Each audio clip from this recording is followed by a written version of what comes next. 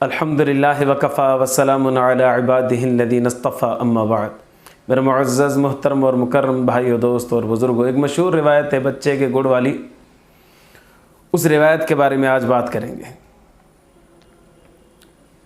نبی کریم صلی اللہ علیہ وسلم کے پاس ایک خاتون آئی اور اس نے آ کر عرض کیا، اللہ کے رسول صلی اللہ علیہ وسلم، یہ میرا بچہ ہے، یہ گڑ کھاتا ہے، آپ اس کو نصیحت فرمائیں کہ یہ گڑ نہ کھائے۔ نبی کریم صلی اللہ علیہ وسلم نے ارشاد فرمایا، خاتون آپ کل آنا۔ دوسرے دن نبی کریم صلی اللہ علیہ وسلم کے پاس وہ خاتون آئی اور اپنے بچے کو لے کر آئی۔ نبی کریم صلی اللہ علیہ وسلم نے فرمایا، بیٹا گڑ نہ کھایا کرو، بات ختم۔ صحابہ کرام نے عرض کیا، اللہ کے رسول صلی اللہ علیہ وسلم، یا اس خاتون نے عرض کیا، اللہ کے رسول صلی اللہ علیہ وسلم، یہی بات اگر کل کر لی جاتی تو کیا تھا، آج کرنے میں کیا حکمت ہے؟ نبی کریم صلی اللہ علیہ وسلم نے جواب میں فرمایا کہ کل تک تو میں خود گڑ کھاتا تھا، پھر میں نے گڑ چھوڑ دیا ہے، آج میں نے گڑ چھوڑ دیا، اس لیے میں نے اس بچے کو نصیحت کی کہ آپ گڑ چھوڑ دیں، گڑ نہ کھائیں۔ اب اس روایت کے اندر 4-5 باتیں ایسی ہیں جو قابل توجہ ہیں۔ نمبر 1، یہ روایت دنیا کی کون سی کتاب کے اندر موجود ہے؟ حدیث مبارکہ کی کس کتاب کے اندر موجود ہے؟ بخاری میں ہے، مسلم میں ہے، ترمذی میں ہے، ابن ماجہ میں ہے، ابو داؤد میں ہے، سنن نسائی میں، کس کتاب کے اندر ہے؟ اس کے علاوہ بھی بہت ساری حدیث کی کتابیں ہیں، صحیح ابن حبان میں ہے، مسند ابی یعلا میں ہے، کس کتاب کے اندر یہ روایت ہے؟ ابن خزیمہ میں ہے۔ دنیا کی کسی بھی کتاب کے اندر یہ روایت موجود نہیں ہے۔ یہ روایت موضوع ہے، موضوع یعنی گھڑی ہوئی، اپنی طرف سے ٹھوکا گیا ہے، اس کو اللہ کے رسول صلی اللہ علیہ وسلم کی طرف نسبت کی گئی ہے، حقیقت میں اس کا کوئی بھی وجود نہیں ہے۔ تو سب سے پہلی بات یہ کہ یہ روایت موضوع ہے، اس کا بیان کرنا، نبی صلی اللہ علیہ وسلم کی طرف نسبت کرنا گناہ ہے، حرام عمل ہے۔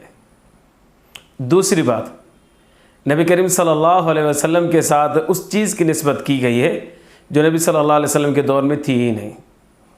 گنا، اللہ کے رسول صلی اللہ علیہ وسلم کے دور میں گڑ تھا ہی نہیں۔ گڑ تو بنتا ہے گنے سے، اور گنا نبی کریم صلی اللہ علیہ وسلم کے عرب کے اندر گڑ تھا ہی نہیں۔ یہ گڑ تو دوسری جگہوں کی پیداوار ہے۔ اور پھر اس بات سے یہ ظاہر کرنا کہ نبی کریم صلی اللہ علیہ وسلم نے ایک دن پہلے چھوڑا تھا، یعنی آپ صلی اللہ علیہ وسلم کی عادت مبارکہ تھی گڑ کھانے کی، اور عادت مبارکہ تب ہو جب وہاں پر کثیر تعداد میں ملتا ہو۔ عرب کے اندر گڑ تھا ہی نہیں، گنے کی پیداوار ہوتی نہیں تھی۔ تو یہ دوسری بات غلط بات۔ تیسری بات یہاں سے جو معلوم ہوتی ہے وہ یہ معلوم ہوتی ہے کہ یہ لوگ جب بھی بتاتے ہیں نا، عوام جب بتاتی ہے نا، وہ یہ نتیجہ اخذ کرتی ہے اس روایت سے کہ بھائی اگر آپ کسی چیز پر خود عمل نہیں کرتے تو دوسروں کو بھی نہ بولو۔ حالانکہ ایسا تو نہیں ہے، بسا اوقات ایسے ہوتا ہے کہ آدمی خود تو نہیں کر سکتا عمل یا نہیں کرتا، لیکن دوسروں کو کہہ سکتا ہے، کہتا بھی ہے، کرنا بھی چاہیے۔ مثال کے طور پر ایک آدمی نماز پڑھتا ہی نہیں ہے، لیکن کسی اور کو کہہ دیتا ہے بیٹا نماز پڑھو، اچھی بات ہے، ہم نہیں پڑھ رہے، ہم تو شیطان کی راستے پر چل رہے ہیں، لیکن تم تو رحمان کے راستے پر چلو، تو کیا یہ اس نے غلط کہا؟ یا اس کو کہنا ہی نہیں چاہیے کہ خود تو نماز نہیں پڑھتا، دوسرے کو کیوں کہہ رہا ہے؟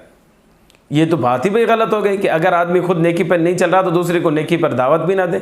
اللہ کے رسول صلی اللہ علیہ وسلم نے ارشاد فرمایا، جب تک تم پوری نیکی پر عمل نہیں کر سکتے تب تک تم نیکی کا حکم کر سکتے ہو، جب تک تم پورے گناہ سے نہیں بچ جاتے تب تک تم گناہ سے دوسروں کو بچنے کی ترغیب بھی دے سکتے ہو۔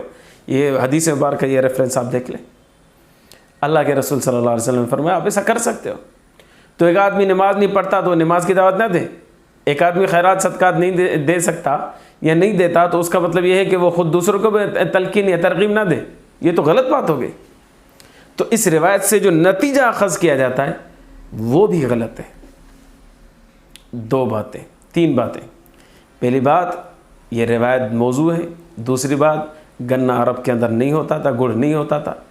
تیسری بات کہ جو نتیجہ اخذ کیا جاتا ہے وہ بھی غلط نتیجہ ہے۔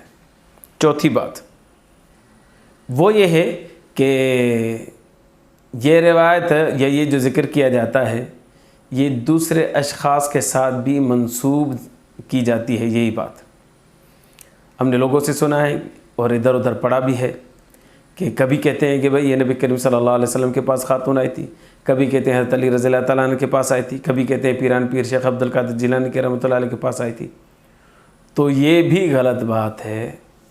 اس کے علاوہ ایک جگہ پر میں نے پڑھا تھا، یہ شاید وہیں سے لیا گیا ہے لیکن پھر منسوب ایمان والوں کے اندر نبی صلی اللہ علیہ وسلم کی طرف کر دیا جاتا ہے۔ میں نے ایک جگہ پر پڑھا تھا کہ گاندھی جی کے پاس ایک خاتون آئی، اس نے آ کر کہا کہ یہ میرا بچہ ہے اور یہ آپ سے بڑی محبت کرتا ہے، میں 2 دن کا سفر کر کے آپ کے پاس آئی ہوں، مہربانی فرمائیں اس کو تلقین کریں کہ یہ گڑ نہ کھائے۔ گاندھی جی نے کہا کہ خاتون آپ 1 ہفتے بعد آئیں۔ وہ عورت غصے میں آ گئی کہ میں 2 دن کا سفر کر کے آئی ہوں اور آپ مجھے کہہ رہے ہو کہ 1 ہفتے کے بعد آنا۔ گاندھی جی نے کہا ہاں ایسے ہی ہے، آپ 1 ہفتے کے بعد آنا۔ تو خاتون چلی گئی، غصے میں ہو گئی کہ میں 2 دن کا سفر کر کے آئے ہوں اور یہ کہہ رہا کہ 1 ہفتے بعد آنا۔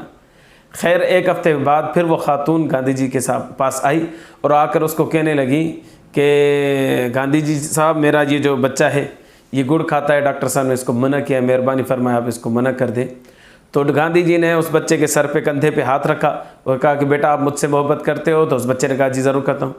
کہا کہ جب محبت کرتے ہو تو میں کہتا ہوں کہ آپ گڑ کھانا چھوڑ دیں۔ تو پھر خاتون نے کہا کہ یہ پچھلے ہفتے جو میں آئی تھی تو آپ اسی وقت کہہ دیتے، اتنا انتظار کیوں کروایا؟ تب گاندھی جی نے کہا کہ اس سے پہلے میں خود گڑ کھایا کرتا تھا، اب جو ہے میں نے گڑ چھوڑ دیا ہے، لہذا میں اس بچے کو تلقین کر سکتا ہوں۔ تو اگر گاندھی جی کا کوئی نظریہ یہ تھا کہ نیکی پر عمل خود نہیں کرتا تو دوسرے کو بھی تلقین نہ کرے، خود عمل کرتا ہے تو دوسرے کو تلقین کرے، تو اس نظریے کو ہمارے مسلمانوں نے لے لیا اور پھر اس بات کو نبی صلی اللہ علیہ وسلم پر کی طرف منسوب کر دیا کہ اللہ کے رسول صلی اللہ علیہ وسلم کی یہ روایت ہے۔ نبی کریم صلی اللہ علیہ وسلم کی طرف یہ منسوب کرنا غلط ہے، حضرت علی المرتضیٰ رضی اللہ تعالیٰ عنہ کی طرف منسوب کرنا غلط ہے، پیران پیر شیخ عبد القادر جیلانی رحمۃ اللہ علیہ کی طرف منسوب کرنا غلط ہے۔ ہاں یہ ممکن ہے کہ گاندھی جی کی بات ہو اور یہ ان کا نظریہ ہو تو بھلے ہو، لیکن اسلام کے اندر ایسا کوئی واقعہ نہیں گزرا۔ لہذا اہل ایمان سے گزارش ہے کہ وہ اپنی بات کرتے وقت تھوڑا کانپیں، ڈریں کہ نبی کریم صلی اللہ علیہ وسلم کی طرف کوئی جھوٹی بات منسوب کرنا اپنے آپ کو جہنم کی طرف دھکیلنے کے مترادف ہے۔ اللہ تبارک و تعالیٰ سے دعا اللہ ایمان کی زندگی، ایمان پر موت نصیب فرمائے۔ آخر دعوانا ان الحمد للہ رب العالمین۔